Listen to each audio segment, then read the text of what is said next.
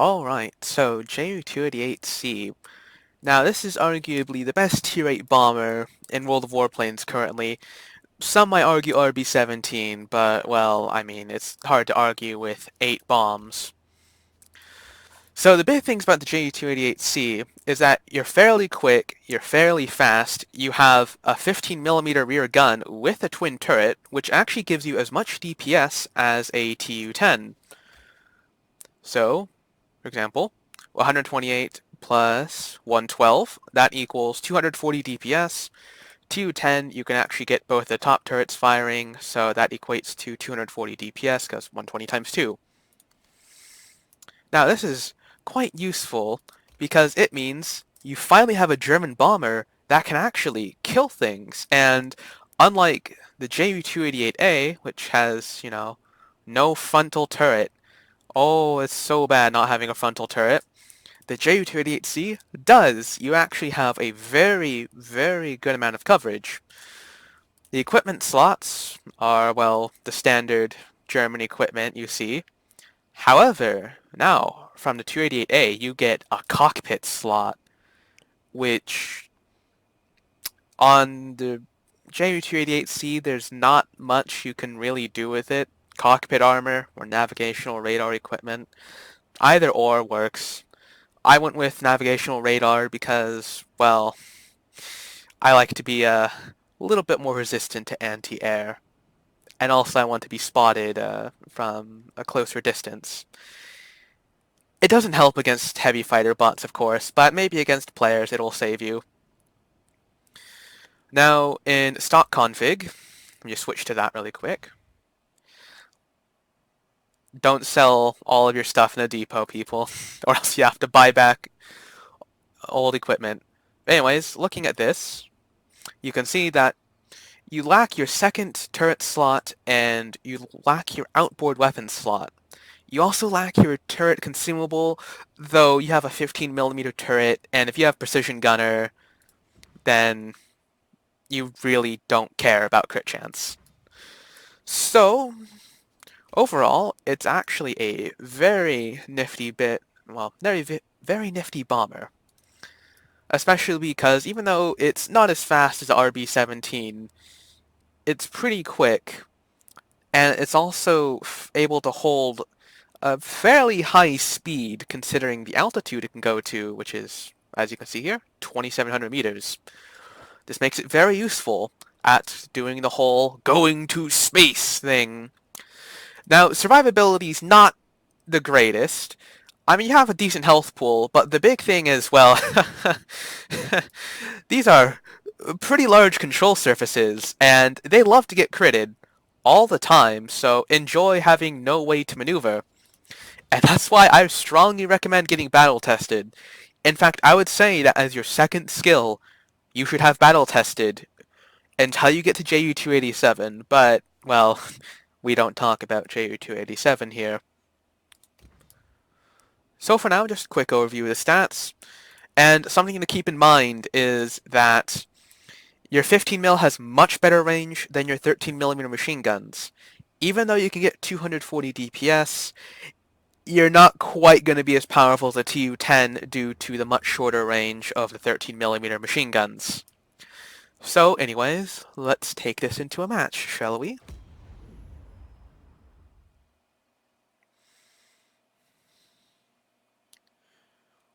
So the big thing about the Ju-288C is that you want to know what altitude you should approach your target from, because this thing can take pretty much any altitude at once. It has the climb rate to basically do whatever it wants, actually.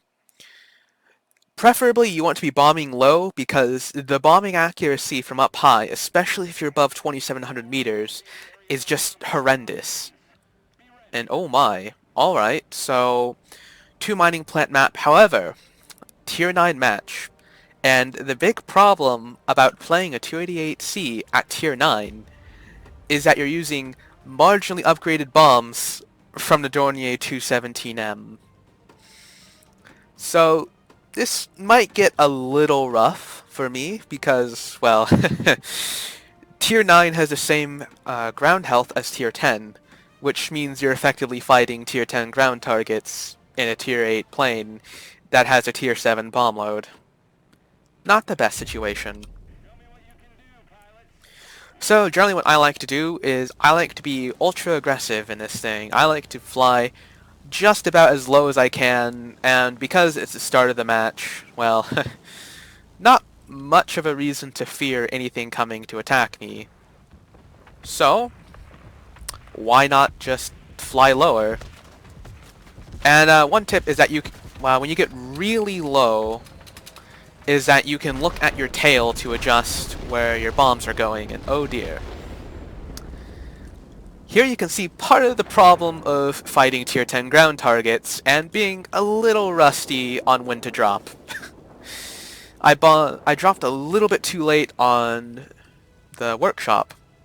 So, well, 30 capture points. I tried. Now, it's very important to have hard points if you're going to be playing aggressive, because you probably won't have much time in between runs. So it's important to have your bombs up fast so you're not wasting any time.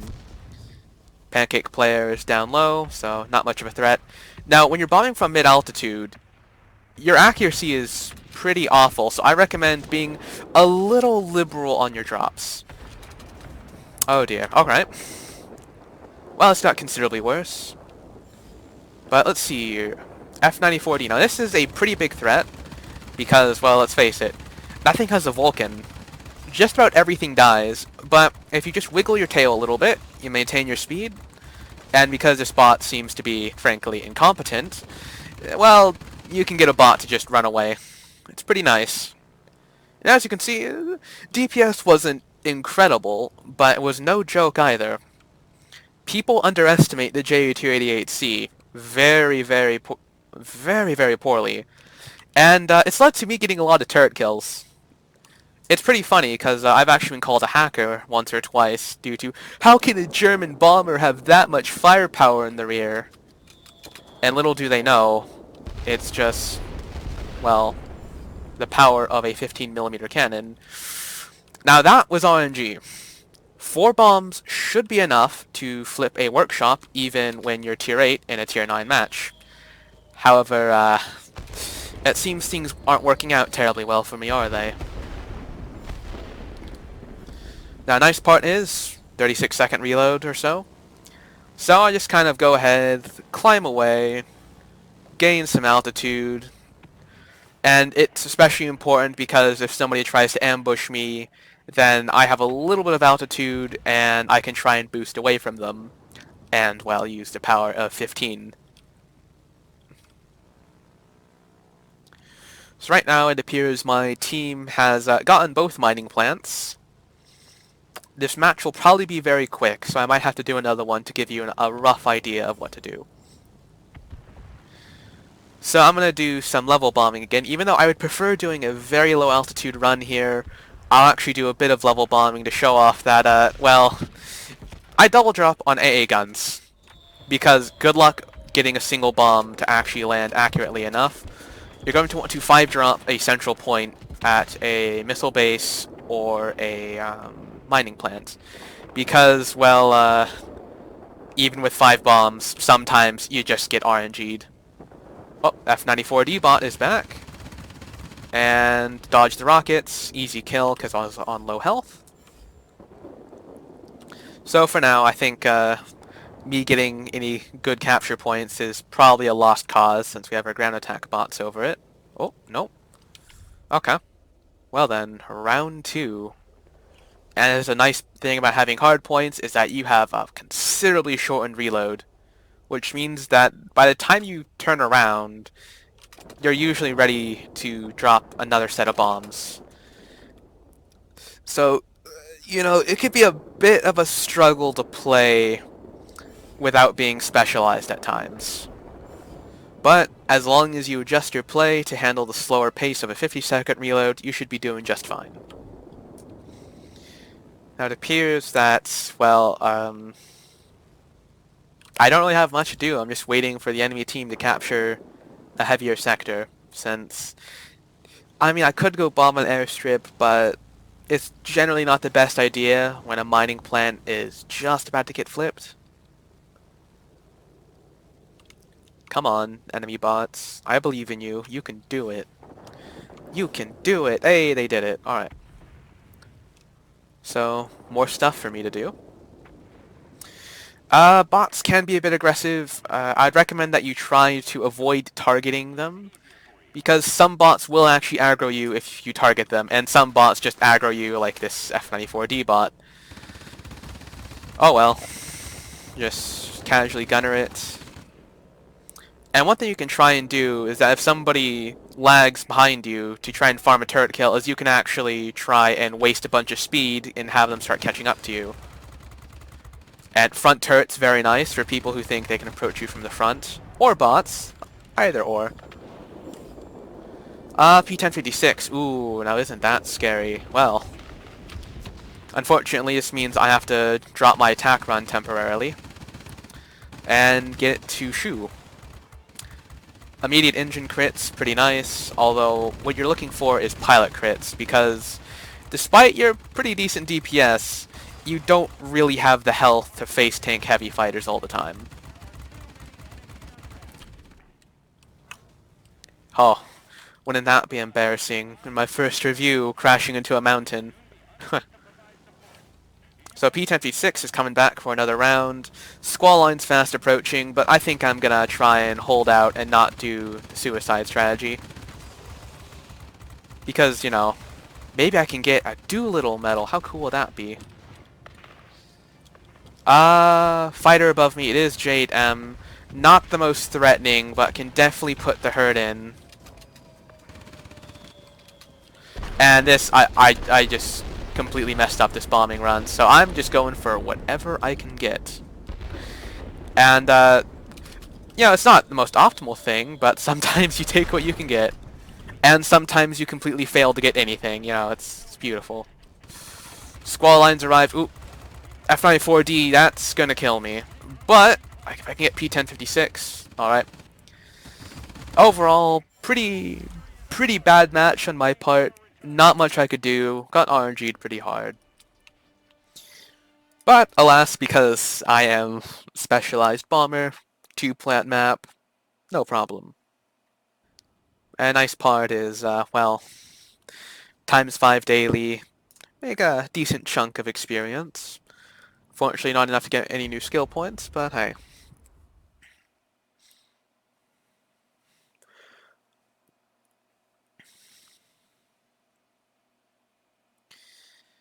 I'm hoping to get a top tier match because this plane definitely excels when being top tier, as there's a few damage breakpoints that it reaches, so you can use one less bomb on some targets. But if I get another tier 9 match, then oh well, I'll just try and get good. Alright, another bottom tier match. However, this time up against entirely tier 8 players. Alright, ME262. ME262s are interesting. If you can catch them as they're coming towards you, especially with your rear gun, they're not terribly threatening. They can do a few hundred damage to you, but usually if you're a bit lucky, you can get a pilot crit, and then they can't really do much to you. And thankfully, I have yet another mining plant map, and oh look, the enemy team has no ground pounders. So, yeah, this might be a tad unfair, but, well, I can't always get a fair fight, it seems. So I just double drop on 30s, because these are a little bit too spread out for 250 kilogram bombs to single drop. So, you know, just take what you can get, and because you have 8 bombs, you can be a little wasteful with them. You can actually single drop a 30-point target only when it's a tier 8 match, though.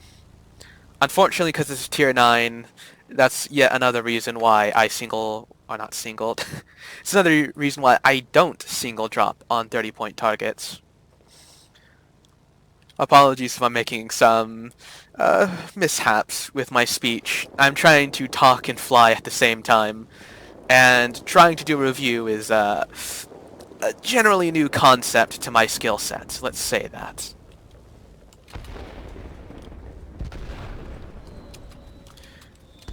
Now, one thing you want to do is you want to try and get a bomb towards those smokestacks, or else those smokestacks will completely deny you the workshop.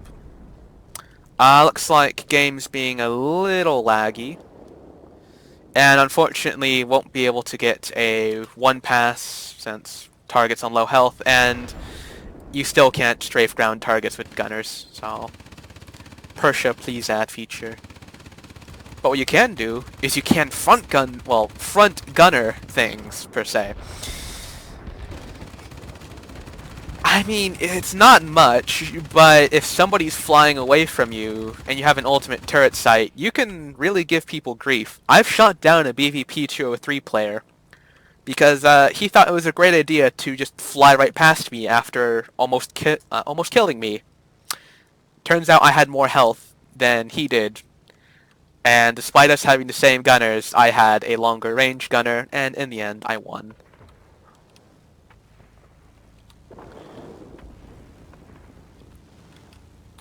As you can see, this is arguably not the most optimal way to play, but it's the way I like to play. So, your mileage may vary with this thing, but overall, try and know when you can fly it low. Because flying low in this thing is how you actually get your bombs to do anything. Oh, tail got crit. That's mighty unfortunate, but thankfully I have battle tested, so my tail isn't completely hopeless. And easy Doolittle. Now you can see ME262 player is back there. I'm pretty heavily damaged, so that's a bit of a problem. So I'm just going to try and gain altitude. Just try and wiggle a little bit if you can. I've critted his engine, crit his other engine. He's lost half his health. Looking for that elusive pilot crit. Ah, unfortunate. If I got a pilot crit, I could have easily killed him there, but didn't quite win the DPS race when he had a perfect pilot. You are going to suffer that at times. You do need pilot crits against most heavy fighters. Although, as you saw, if I had a little bit more health, perhaps if I didn't fly as low, then I also could have killed him using my gunners. And keep in mind, that's a full health ME262, so imagine a situation just a little bit different. That could have been a gunner kill for me.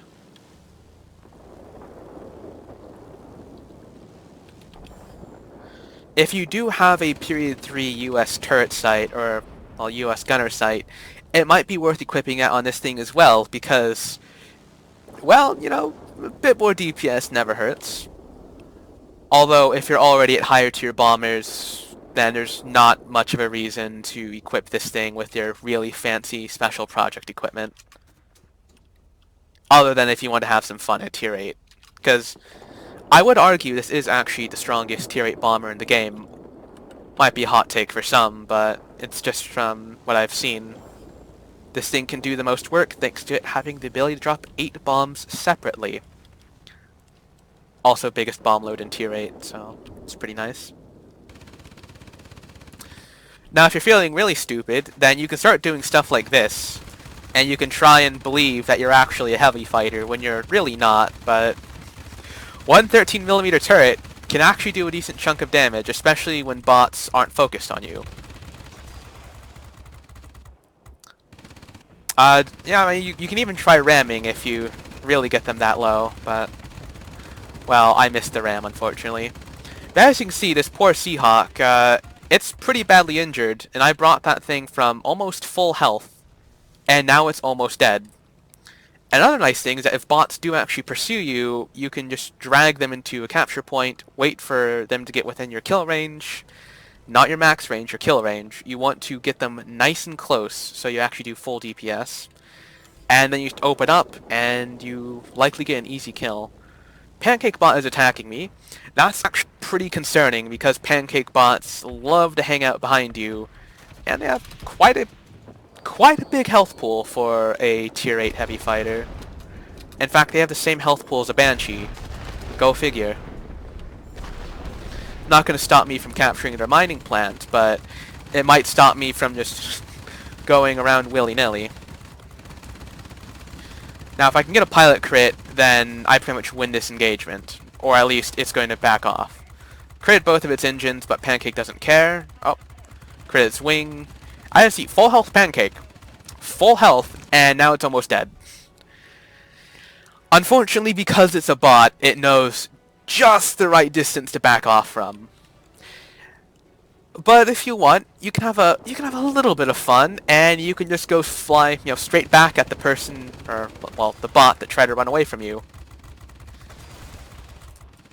And then they're gonna try and attack, and then as soon as you start firing, they'll run away.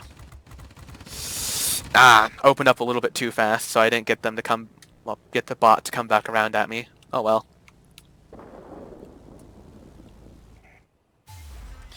But as you can see, another victory, and wow, a Doolittle medal. I didn't die before I got it. How about that?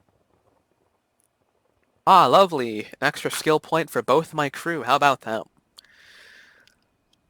I do hope this helps you. Although I am a very aggressive, low-altitude bomber player, do keep in mind that if you see a lot of hostiles, try and fly within your optimal altitude, and if there is... And basically, if a sector has way too many aircraft on it, especially if it's a Tier 9 game, then that's when you go to space. That's when it's okay to fly above 2,700 meters, because, well, you kind of want to deter people from climbing up to you. And if people do start climbing up to you, then what you should do is you should try and dive down to gain more speed and run away. Make sure you have boost as well. If you have no boost, you're dead. So always remember to have a reserve of boost. It is absolutely vital to playing this aircraft. But anyways, hope this helps you a bit with, well, seeing how to play the Ju-288C. And for now, good luck playing this thing. Because, well, Tier 9 hurts. Let me tell ya. Tier 9 hurts.